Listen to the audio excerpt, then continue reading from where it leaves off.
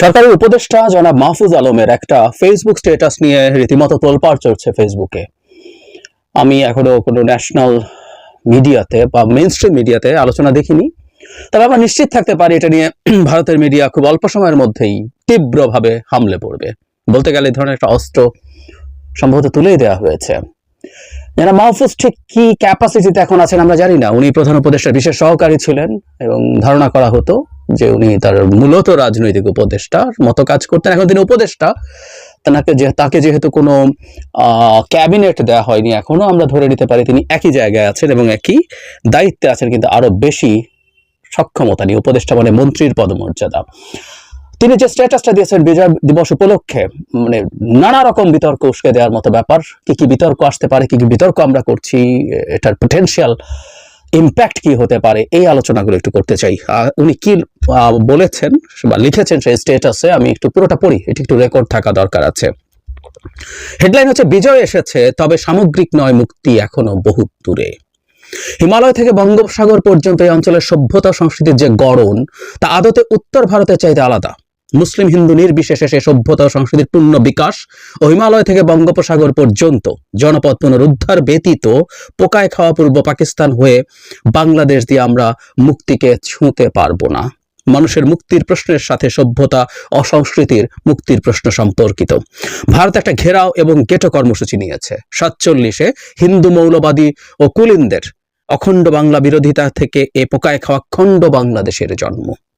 ওই দেশকে রাষ্ট্র হিসেবে পত্তন করতে হয়েছে পাকিস্তানি হায়নাদের বিরুদ্ধে একটি জনযুদ্ধের মাধ্যমে।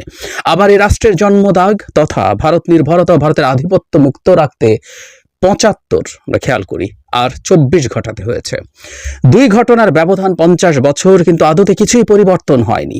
আমরা ভূগোল বন্দোবস্তে আটকা পড়ে গিয়েছি।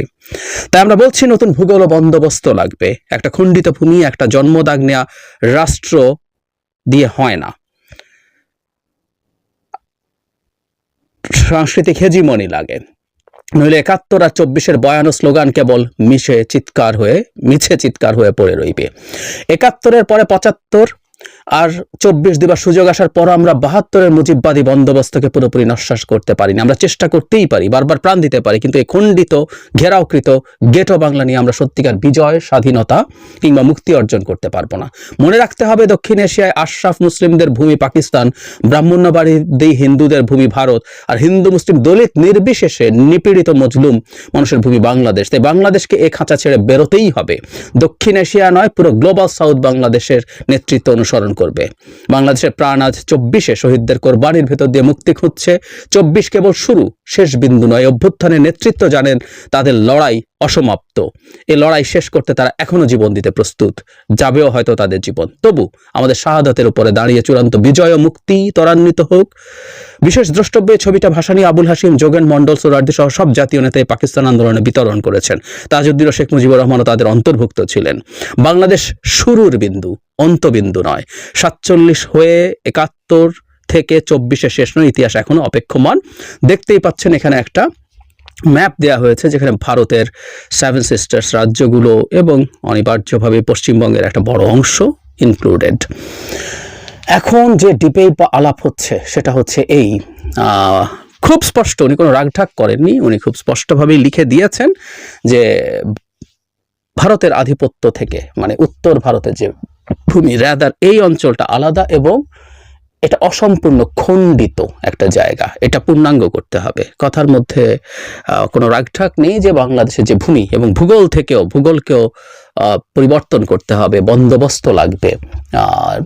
যারা শুনেছেন তারা খুব ক্লিয়ারলি বুঝতে পারছেন তিনি বাংলাদেশের যে অবস্থা আছে সেটা না বৃহত্তর বাংলা বলে এক ধরনের আলোচনা একটা দীর্ঘ সময় ধরে ছিল। উনি রেফারেন্সও দিয়েছেন, উনি এই মানচিত্রটা ব্যবহার করেছেন অন্যদের কথা বলে, হুইচ ইজ রাইট, কিন্তু তিনি সেটা ব্যবহার করেছেন তার যে কনটেক্সট বক্তব্যের, সেই কনটেক্সটের সাথে এটা খুব বেশি যায় এবং ভারতের বেশ কিছু ভূমি বাংলাদেশ নতুন একটা ভূগোল তৈরি করবে সেরকম একটা কথা আছে। 75-এর কথা উল্লেখ করছেন মুক্তির, আমাদের এই 24-এর সাথে ভারতীয় আধিপত্যবাদ রোধ করার ক্ষেত্রে। সো অনেকগুলো বিতর্ক উস্কে দেওয়ার মতো বিষয় আছে। সবচেয়ে জরুরি কথাটা হচ্ছে এই যে আমরা কোনো স্বাধীন সার্বভৌম রাষ্ট্রের ভূমিকে আমাদের অংশ হিসেবে দেখাতে পারি কিনা এবং আমরা প্রকাশ্যে ঘোষণা দিতে পারি কিনা যে আমরা এটা করতে যাচ্ছি। এটা নিয়ে সবচেয়ে বেশি ডিবেট হচ্ছে। আমরা সম্ভবত এটা জানি যে আমরা কোনো দেশের সার্বভৌমত্বকে অস্বীকার করা যুদ্ধ পরিস্থিতি তৈরির মতো একটা বিষয়, এটা মোটামুটি স্বীকৃত ব্যাপার। সো আমরা আমাদের একটা মানচিত্র দেখাচ্ছি যেটা ভারতের বিশাল একটা অংশ ভিন্নভাবে দেখানো হয়েছে।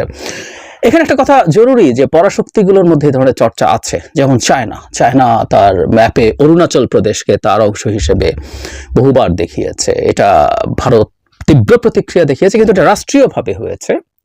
বাংলাদেশ রাষ্ট্রীয়ভাবে করেছে আমরা এটা বলবো না। একজন উপদেষ্টা যিনি সরকারের অংশ তো বটেই এবং ধারণা করা হয় তিনি অত্যন্ত প্রভাবশালী একজন মানুষ, তিনি এটা দিয়েছেন, দিয়ে সরিয়ে ফেলেছেন। সুতরাং তিনি যে এটাকে ওনও করেছেন দীর্ঘ সময়, উনি ওন করছেন না তা বলছি না, উনি এটা ধারণা করছেন বা বুঝতে পারছেন বা উনি চাপের মুখে পড়েছেন যে এটা দেওয়া ঠিক হয়নি, কারণ এটার মধ্যে প্রচুর সমালোচনা তৈরি হচ্ছে, উনি সরিয়ে ফেলেছেন। কিন্তু তারপরও সরকারের একজনের পক্ষ থেকে এরকম দেয়া কতগুলো বাজে বিতর্ক তৈরি করবে। আমরা খেয়াল করেছি অনেকেই যে যারা মাহফুজ সম্পর্কে খুব বাজে একটা প্রচারণা ভারতে আছে, সেটা হলো তিনি হিজবুত তাহরিরের সদস্য। আমি ভিনা সিকরিকে রিপিটেডলি এই কথা এবারকার এই ইসকন ইস্যুতে, চিন্ময় ইস্যুতে যখন প্রচুর আলোচনা হচ্ছে, আমি একদম ক্লিয়ারলি দেখেছি যে ডক্টর ইউনূসের সরকার স্রেফ ফান্ডামেন্টালিস্টদেরকে দিয়ে তৈরি, এর মধ্যে একটা গুরুত্বপূর্ণ উদাহরণ হিসেবে যারা মাহফুজকে বলা হচ্ছে। তো এখন সেই মাহফুজ এবার ভারতের স্টেটের ইন্টিগ্রিটি নিয়ে প্রশ্ন তুলেছেন উনি, একদম রাগঢাক করা ছাড়াই তুলেছেন। এখন কথাটা হচ্ছে এই আলাপগুলো কি আমাদের সমাজে একেবারে নেই? উত্তর হচ্ছে আছে। এই আলাপগুলো আড্ডায় অনেকেই করেন, অনেকেই বলেন, অনেক রকম আলোচনা আসে, অনেক কিছুই আসে। আমাদের সেই 47 দেশ বিভাগের নানা ডিসপিউট আসে, সেটার ভিত্তিতে দেশ কেমন হওয়া উচিত সেটা আসে, নানান আলোচনা এগুলো করে মানুষ। এটা সারা পৃথিবীতে, ভারতও হয়তো তার যে অখণ্ড ভারতের খোয়াব দেখে, যতটুকু রাষ্ট্রীয়ভাবে দেখা যায়, ব্যক্তিগত পর্যায়ে হয়তো তারা অনেক বেশি করে। এমনকি যখন অখণ্ড ভারত নিয়ে তীব্র সমালোচনা তৈরি হয়েছিল তখন কিন্তু তারা ক্ল্যারিফাই করেছিল এটা বলে যে এটা সম্রাট অশোকের সময়ের ভারতের মানচিত্র, মানে তারা সেটাও রাষ্ট্রীয়ভাবে কিন্তু ওন করেনি, সেটা তারা টাঙিয়েছে, ঐতিহ্য হিসাবে টাঙিয়েছে বলে তারা এটাকে পোর্ট্রে করার চেষ্টা করা হয়েছে। যদিও আমরা জানি যে তাদের যে সাংস্কৃতিক আদর্শিক সংগঠন আরএসএস প্রকাশ্যে অখণ্ড ভারতের কথা বলে, কিন্তু ওই যে বললাম সরকারও কিন্তু এটাকে ওন করে না। ফলে এই জিনিসটা আমাদের একটু খেয়াল রাখা দরকার যে কেউ কেউ বলছেন আবার যে ওর অখণ্ড ভারতের পাল্টা এই ধরনের একটা আলাপও ঠিক আছে।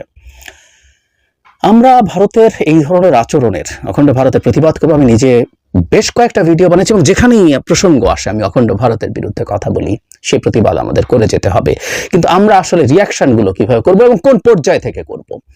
আমাদের নিশ্চয়ই মনে আছে যে এই সরকার ক্ষমতায় আসার পর থেকে আমাদের ভারতের বিরুদ্ধে আমাদের আবেগ বাঁধ ভাঙা হয়েছে, কারণ আমরা ভারতের বিরুদ্ধে বিজয় অর্জন করেছি, এটা একেবারেই সত্য কথা।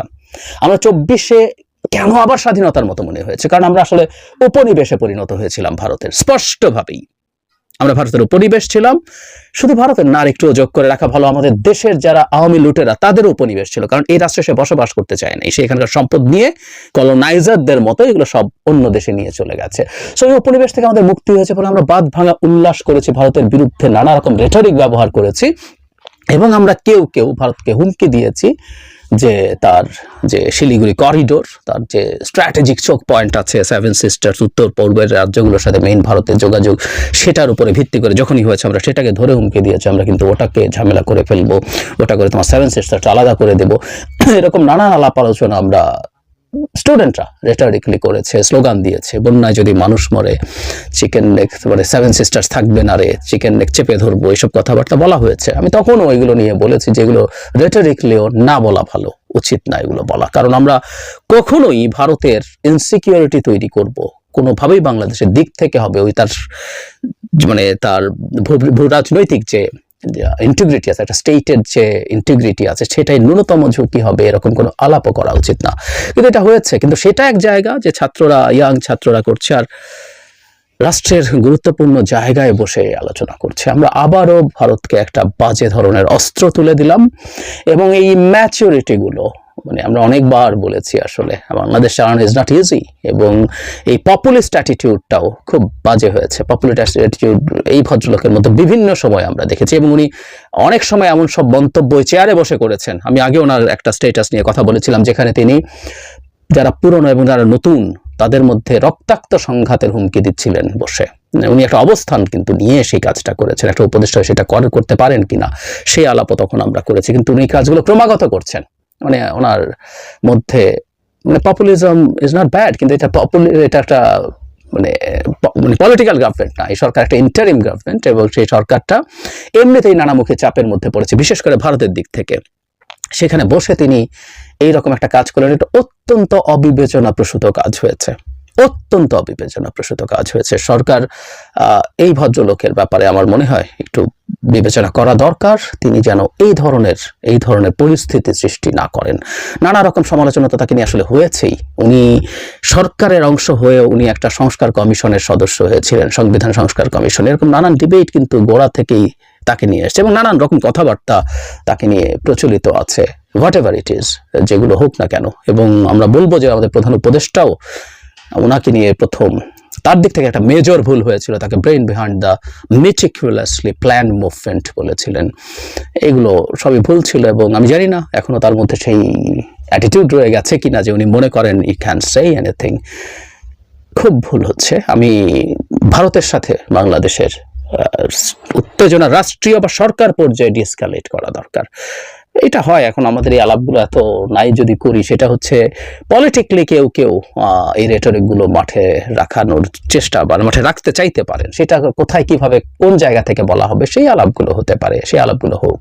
আমি এটাও ব্যক্তিগতভাবে মনে করি ভারতের সাথে আমরা শক্তভাবে দাঁড়াবো, এবং ভারতের আমাদেরকে যাতে তারা কগনিজেন্সে নেয় সেই ব্যবস্থা করতে হবে, কিন্তু সেটা তার ভূপ্রাকৃতিক যে ইন্টিগ্রিটি আছে সেটাকে নষ্ট করব আমরা, সেটা নষ্ট করার ঝুঁকি তৈরি করব, এরকম কোনো ন্যারেটিভ আমি ব্যক্তিগতভাবে মনে করি অত্যন্ত ভুল হবে। এটা ডিজাস্ট্রাস হবে, এটা ভারতকে আরো অস্ত্র তুলে দেবে। শেখ হাসিনার অবর্তমানে বাংলাদেশ জঙ্গিদের আশ্রয়ে পরিণত হয়েছে, জঙ্গিরা ক্ষমতায় আছে, এবং তারা ভারতের রাজনৈতিক ইন্টিগ্রিটি, যেটা একটা রাষ্ট্র হিসাবে ভারতের যে ইন্টিগ্রিটি, সেটাকে ভেঙে ফেলতে চাইছে, ভারতের ভূমি নিয়ে নতুন দেশ গড়তে চাইছে, সে জিওগ্রাফি ভূগোল পাল্টে দিতে চাইছে। এসব অভিযোগ তৈরি করার দুর্দান্ত গ্রাউন্ড তৈরি করে দেয়া হলো। সেই জন্য আমরা প্রায় বলি যে আমরা ভারতের বিরুদ্ধেও, মানে এখন সমস্যা হচ্ছে খুব র্যাডিক্যালাইজেশনের যুগ হয়েছে, যারা খুব র্যাডিক্যাল কথা বলছেন, ভারতকে শেষ করে ফেলবো, ওই করে ফেলবো, তিনি দেশপ্রেমিক এবং সত্যিকার অর্থে ভারত আমরা রাষ্ট্র হিসেবে, আমরা বারবার বলছি সরকারের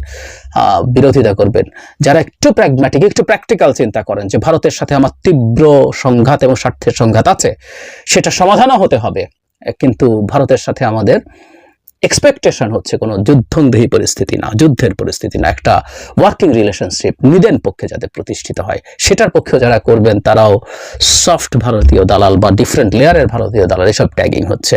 এটাও একটা খুব ভয়ঙ্কর লক্ষণ। আমাদের আসলে সেন্সিবল আচরণ করা উচিত from all the parts. Bharat নিয়ে বাংলাদেশের মাটিতে নিশ্চিতভাবেই যৌক্তিক কারণে রিপিট ক্ষোভ আছে, ঘৃণাও আছে, ভারত ঘৃণা তৈরি করেছে তার নিজের কাজে, কিন্তু সেটাকে উস্কে দিয়ে কতটুকু পপুলিস্ট আমি হব, বা পপুলিজম করতে করতে আমি ডেমাগগেরি করি কিনা। পপুলিস্ট এক শব্দের, আর ডেমাগগেরি আরেক ব্যাপার। যারা মাহফুজ ডেমাগগের মতো আচরণ করেছেন, এটা পপুলিস্ট আচরণ, এটা সীমা পার হয়ে অনেক দূর চলে গেছেন। সো আমাদের এই জায়গায় একটা পরিস্থিতি ঠিক করা দরকার। এইটাই আমরা কতটুকু করব, কিভাবে করব, কোন জায়গা থেকে করব।